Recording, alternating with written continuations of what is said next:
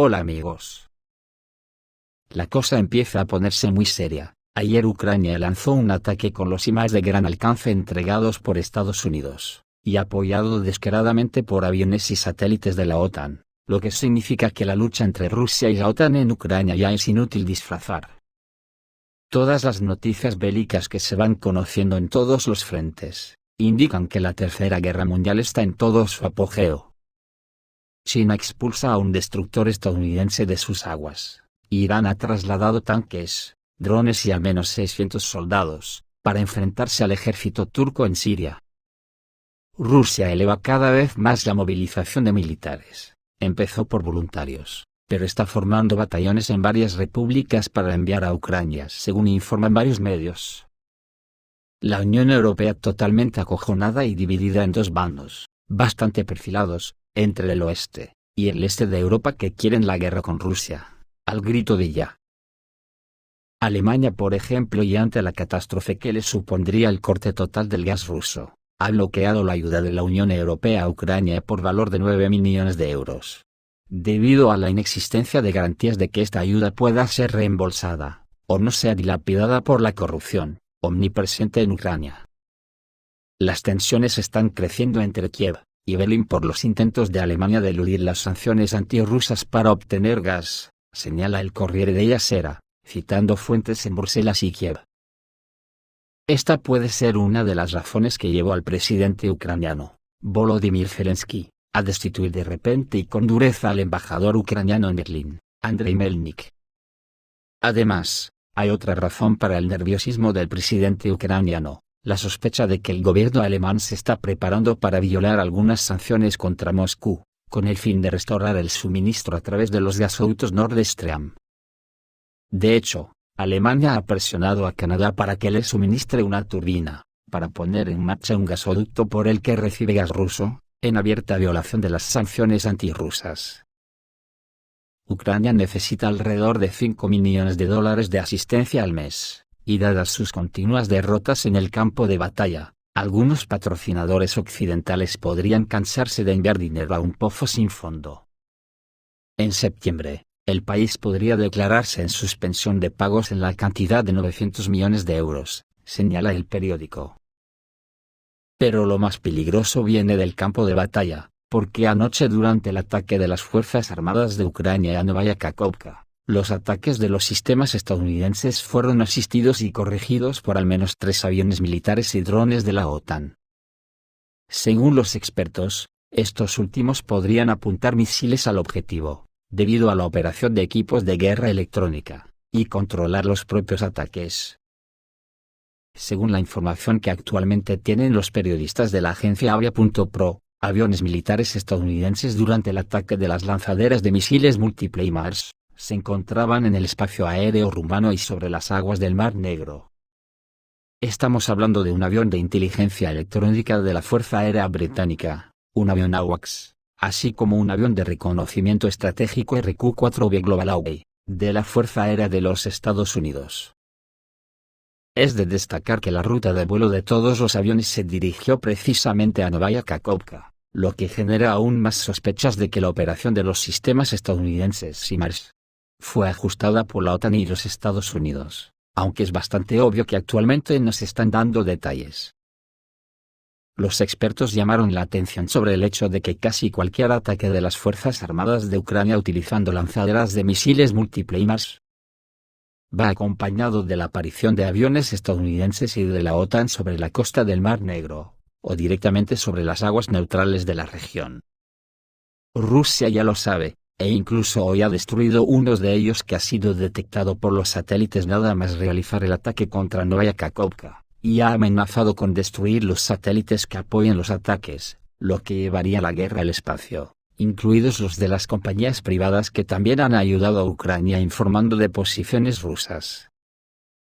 Esto ya empieza a ser difícil de parar, porque creo que ya se ha llegado al punto de no retorno, y la OTAN ha equipado un escuadrón de MiG-29 ucranianos, con misiles AGM-84 estadounidenses, con un alcance de hasta 270 kilómetros. Pero que a estas alturas de la película, las cifras ya nadie se las cree. Y los 270 kilómetros, podría ser cualquier cifra. En el contexto de la preparación de las entregas a la Fuerza Aérea de Ucrania de un lote de 12 cazas MiG-29, de la Fuerza Aérea Eslovaca, se supo que los cazas de este tipo podrán llevar a bordo un avión con alas de largo alcance. En estos momentos se baraja la posibilidad de trasladar a Ucrania misiles de crucero AGM-84, capaces de impactar a distancias de hasta 270 kilómetros, lo que crea una amenaza muy grave. Los misiles de crucero AGM-84 son misiles antibuque capaces de alcanzar objetivos navales a distancias considerables. Sin embargo, dada la versatilidad de estas armas, estos misiles también pueden usarse para atacar objetivos terrestres. Una característica de esta arma es la dificultad de interceptar dichos misiles, ya que estos últimos vuelan a altitudes extremadamente bajas. Por el momento, se sabe que Eslovaquia tiene la intención de transferir 12 aviones de combate MiG-29 a Ucrania, tan pronto como los países de la OTAN garanticen la seguridad de la propia Eslovaquia, proporcionando sus aviones hasta la llegada de los cazas F-16 ordenados previamente por Bratislava. Si los cazas MiG-29 de la Fuerza Aérea Eslovaca están realmente adaptados para el uso de misiles de crucero AGM-84, cuyo alcance es de unos 270 kilómetros, esto creará una amenaza muy grave para Rusia, por lo tanto, blanco y en botella. Sobre el tema de la guerra en el espacio, las Fuerzas Armadas de Ucrania estaban equipadas con sistemas estadounidenses de cohetes de lanzamiento múltiple. Según el analista Alexei Leonkov, editor de la revista Arsenal of the Fatherland, el ejército ruso eventualmente destruirá las 12 unidades de lanzaderas de misiles múltiple HIMARS, suministradas por los Estados Unidos a Ucrania. De momento, 2 de ellos ya han sido destruidos. Es un hecho comprobado que eran 12, ahora son 10, y pronto serán aún menos, y al parecer según los datos de inteligencia, si Rusia influye en los satélites, la OTAN lo considerará como un casus belli. Señaló que Rusia tiene sistemas de defensa aérea que derriban con éxito este tipo de armas. Las Fuerzas Armadas de Ucrania utilizan las tácticas de las lanzaderas de misiles múltiple errantes, que se destruyen al detectarlos.